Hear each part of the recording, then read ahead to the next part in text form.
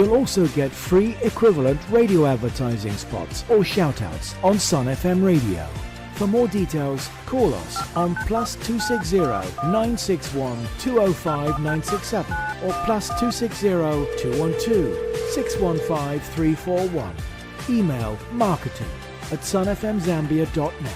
It's a new dawn of new affordable advertising packages on Zambia's first and finest visual radio, reaching over 5 million people across the whole country. If you're not advertising on Sun FM TV, then you're probably not being heard or seen. Come on board and advertise with us. Everyone's not only listening, everyone is watching.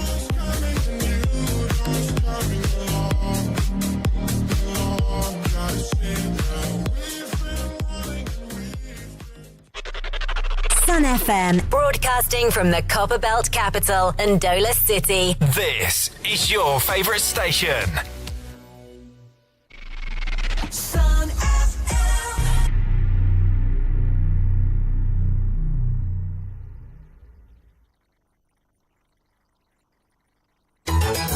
The news.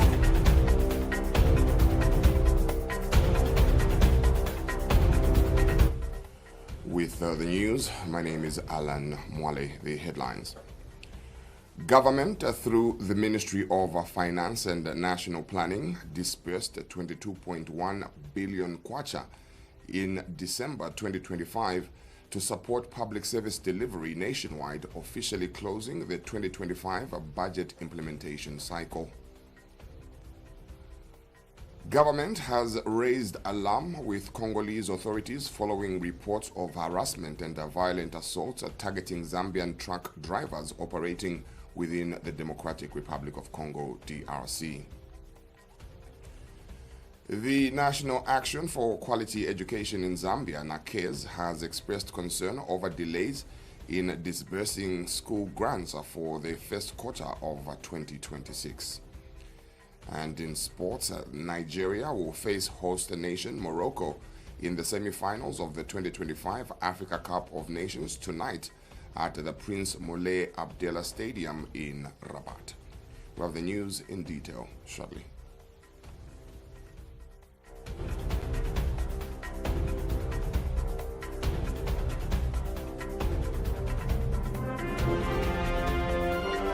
The news. 88.5 Sun FM.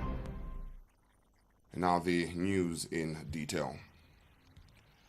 Government, through the Ministry of Finance and National Planning, disbursed 22.1 billion kwacha in December 2025 to support public service delivery nationwide, officially closing the 2025 budget implementation cycle. Finance Minister Dr. Situmbeko Msokotwane explained that the releases were structured to sustain essential services, honor debt obligations, dismantle domestic arrears, protect vulnerable households, and support productive capital investments in line with national development priorities. Dr. Musokotwane revealed that from the total amount released, 4.6 billion kwacha was allocated to the public service wage bill to ensure continuity of health, education, security, and diplomatic services, while 10.9 billion kwacha was directed towards debt service and dismantling of domestic arrears, reinforcing fiscal credibility and preventing new arrears. A sum of 2.5 billion kwacha supported transfers, subsidies, and social benefits, including hospitals, universities, the Social Cash Transfer Program, and the Local Government Equalization Fund. A further 1.9 billion kwacha financed government programs and general operations to sustain smooth administration, while 2.2 billion kwacha was invested in capital expenditure, with allocations to road infrastructure, rural electrification, and ministry-led projects. He stressed that Zambia is transitioning from consolidation under the IMF-supported Extended Credit Facility Program to a growth-focused framework anchored on sound governance, investment, productivity, and job creation. The finance minister announced that A comprehensive performance review of budget execution and reform progress for 2021 to 2025 will be presented at the town hall meeting on January 29, 2026, providing citizens and stakeholders a clear account of outcomes, challenges, and priorities ahead. Government has raised alarm with Congolese authorities following reports of harassment and violent assaults targeting Zambian truck drivers operating within the Democratic Republic of Congo. In a statement, Defense Minister Ambrose Lufuma acknowledged reports of harassment, intimidation, and violent attacks against Zambian truck drivers along key transport routes in the DRC. Mr. Lufuma stressed that the safety, dignity, and welfare of citizens engaged in cross-border commerce remain a matter of national priority and active diplomatic engagement. He noted that the safety concerns raised by drivers stem from broader enforcement gaps along major trucking corridors. In response, Zambia has initiated multi-level diplomatic engagements with the DRC.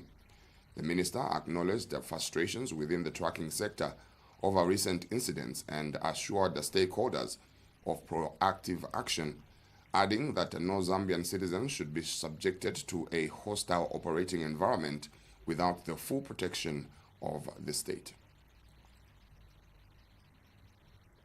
Government recognizes that the safety concerns raised by Zambian drivers are rooted in broader security and enforcement gaps along major trucking corridors in and within the Democratic Republic of Congo. As a result, government has engaged a multi-level diplomatic initiatives with the government of the Democratic Republic of Congo to enhance protection for the Zambian nationals. Secondly, government has also formally requested that the government of the Democratic Republic of Congo implement a robust measure to prevent criminality, harassment, and violent attacks against foreign truck drivers in line with international norms and regional protocols on the safety of cross-border transport workers. Thirdly, Zambia is preparing to raise the issue urgently with the Southern African Development Community SADC framework to seek collective solutions that ensure the safety and rights of truck drivers from member states operating across borders. A joint permanent commission on defense and security, JPCDS, between Zambia and the Democratic Republic of Congo is currently underway in Lubumbashi, with the recurring issue of truck driver harassment receiving urgent attention. Government underscored the importance of maintaining cordial relations with the DRC, highlighting the social and economic ties between the two nations. The Ministry of Defense, in collaboration with the Office of the President, the Ministry of Foreign Affairs and the Ministry of Home Affairs and the Ministry of Transport and Logistics, pledged to continue monitoring developments and provide updates as diplomatic and security interventions progress. The National Action for Quality Education in Zambia, NAQEZ, has expressed concern over delays in disbursing school grants for the first quarter of 2026. Executive Director Aaron Chansa noted that the schools which reopened on January 12th had expected funds to be released either before or at the start of Term 1 to aid preparations. NAQEZ reports confusion in some schools due to the absence of grants, stressing that timely disbursement is crucial for effective management, student welfare, and quality learning. Mr. Chansa urged the Ministries of Finance and Education to expedite the release of funds, reaffirming NAQEZ's commitment to collaborate with government and stakeholders to ensure predictability, transparency, and timeliness in education financing. National Action for Quality Education in Zambia is deeply concerned that the Ministry of Finance is yet to fund the schools, despite the schools reopening for Term 1 2026 early this week. It was expected that a week earlier, schools were supposed to receive these funds, these grants, in order for them to plan better for the reopening. And today we have received a lot of reports of how chaotic the reopening has been. And we are strongly urging the Minister of Finance to mobilize funds and quickly send these grants to schools. This is a very critical term. Western Province Minister Kapelwa Mbangweta has commended the progress of the Katunda Road project, which links Katunda to Lukulu and Twatopa. He said the contractor has delivered quality work, reducing travel time between the areas. The project, a part of a government's wider infrastructure agenda, is expected to spur economic activity, improve access to services, and uplift living standards in the province. Mr. Mbangweta emphasized that the current administration is pursuing a different path from its predecessors, focused on tangible development and better livelihoods for citizens. So far, at this minute, we are driving on between the surface on that road, which is more than 30 kilometers. Okay? The contractor has done such a fantastic job and still continue to do so. In effect, to go to Mongu now, the time it used to take has reduced significantly so. The Center for Trade Policy and Development, CTPD, has warned that Zambia risks reversing hard-won economic gains if it exits the IMF Extended Credit Facility, ECF, at a critical juncture. In 2025, total government expenditure rose from 25.5% of GDP in 2024 to 28%, while the cash fiscal deficit widened sharply from 3.3% to 5.3% of GDP. The slippage occurred even under the discipline of an IMF program. CTPD lead public finance researcher Robert Mwale highlighted that between the third quarter of 2024 and the third quarter of 2025, total debt increased by 11.7% from $25.3 billion to $28.01 billion, driven largely by domestic debt, which surged by 25% from $8.51 billion to $10.60 billion. External debt also rose by 4.1% from $16.72 billion to $17.41 billion. This was over the same period. He cautioned that without the ECF's guardrails, treasury bills and bonds may once again become the default financing tools. Although private sector credit expanded by a strong 52.1% in 2025, he projected it would slow to 29.7% in 2026 as government financing needs to escalate. Mr. Mwale warned that excessive domestic borrowing would place upward pressure on the interest rates, reverse the easing inflation trend, and stifle productive investment. He expressed concern about debt sustainability, noting that public debt fell dramatically from 123.9% of GDP in 2024 to 91.9% in 2025, with projections showing a further decline of 79% in 2026. Gains, he said, were directly anchored in IMF-backed fiscal consolidation. He cautioned that election-driven fiscal loosening could reverse this trajectory, returning Zambia to debt distress within a single budget cycle. He added that the ECF has underpinned Zambia's external recovery. The current account swung from a 2.6% deficit in 2024 to 1.3% surplus in 2025, while reserves strengthened to $4.5 months of input cover. Mwale stressed that in an election year, the IMF ECF should not be seen as a constraint, but as a safeguard. He warned that walking away risks reopening the cycle of overborrowing, widening fiscal deficits, rising debt, and macroeconomic instability that the country has only just begun to escape.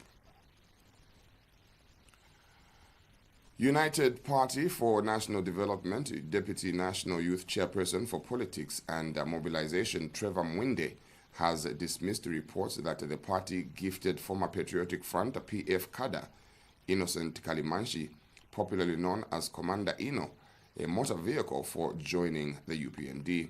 Featuring on SunFM TV's public forum, Mr. Mwinde clarified that Mr. Kalimanshi was simply welcomed into the UPND without any material incentives. He urged the UPND youths to embrace new members, stressing that the ruling party needs numbers to strengthen its support base. Meanwhile, Mr. Mwinde confirmed that he will contest the Choma Central constituency seat in the forthcoming August 18th general elections. He noted that he maintains a good working relationship with the incumbent Member of Parliament, Cornelius Mwetwa, and expressed optimism about being adopted by the party. He emphasized that his political ambitions are driven by respect for the UPND and that he will abide by its decisions. We are saying Innocent Kalimanshi cannot run a political party within UPND. So, we are now in the mobilization gear. Whether Innocent Kalimanshi comes alone, whether Innocent Kalimanshi comes with a friend, whether Innocent Kalimanshi comes with his family, he has children. The man has seen and defined himself. He could not be the Innocent Kalimanshi you knew in 2016. He could not be the Innocent Kalimanshi because that gentleman, even when he came with Chazanga in prison, I prepared for them where to. Meanwhile, UPND Northwestern Provincial Chairperson Adam Sapezo has cautioned aspiring candidates against premature campaigning. Addressing journalists in Kalumbila, Mr. Sapezo described early campaigns as indiscipline, saying the right time will come. He stressed that if both aspiring and incumbent leaders, whether members of parliament, council chairpersons, mayors, or councillors, are all UPND, there is no need to fight among themselves. Mr. Sapezo urged aspiring candidates to exercise patience and wait for the appropriate time to begin their campaigns. That aspiring, this is not the right time.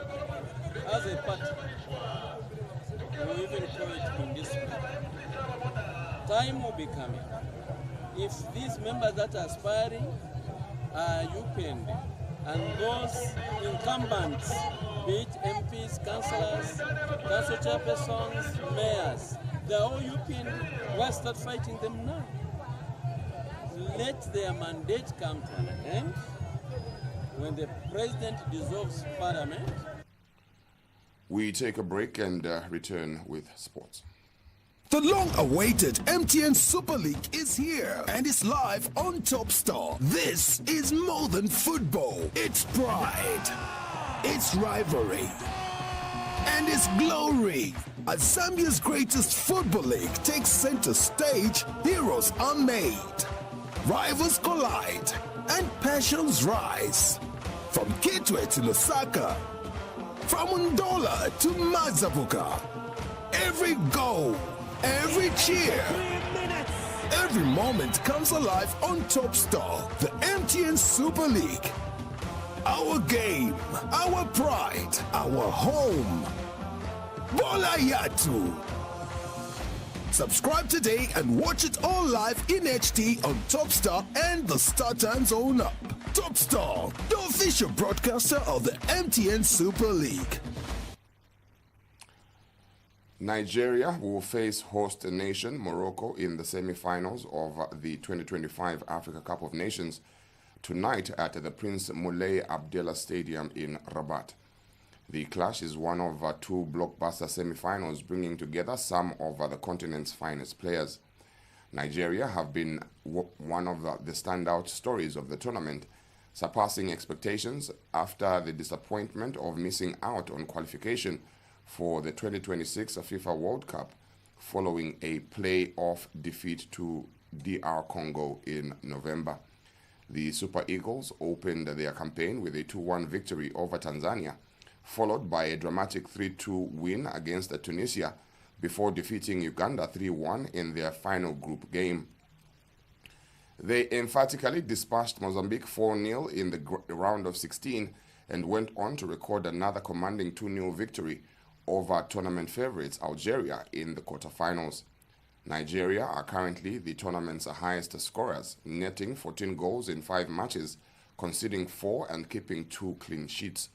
Meanwhile, host Morocco topped Group A with 7 points after victories over Comoros 2-0 and Zambia 3-0, along with a 1-1 draw against Mali. In the knockout stage, the Atlas Lions overcame Tanzania 1-0 in the round of 16 before beating Cameroon 2-0 in the quarterfinals. Nigeria and Morocco have met 11 times since 1969 across major competitions, with Morocco holding the overall edge with 6 wins to Nigeria's 4 alongside 1 draw. Their rivalry has been shaped by World Cup qualifiers and AFCON encounters, including a notable Nigerian triumphs in 1980 and the year 2000. And that sports item brings us to the end of this edition of the news. To end, we recap on the headlines.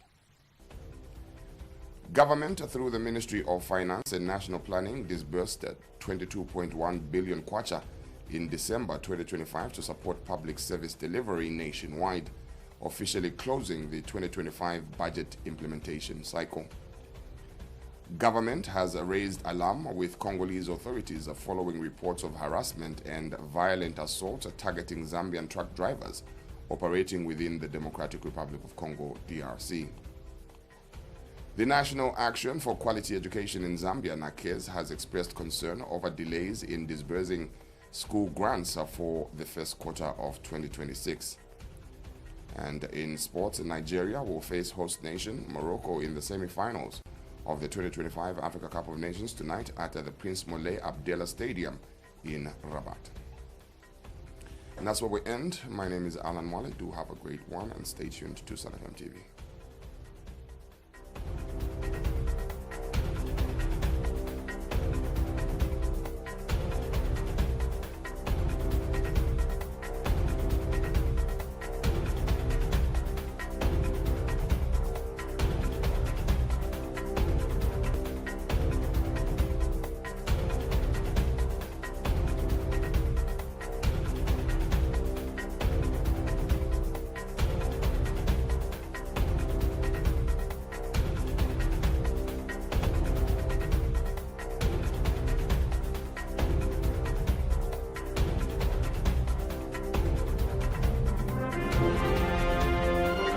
The News, 88.5 Sun FM. It's Christmas time on Top Star. Starting 15th November, enjoy amazing deals and great entertainment this festive season with the Christmas Bonanza promotion. Get up to 30%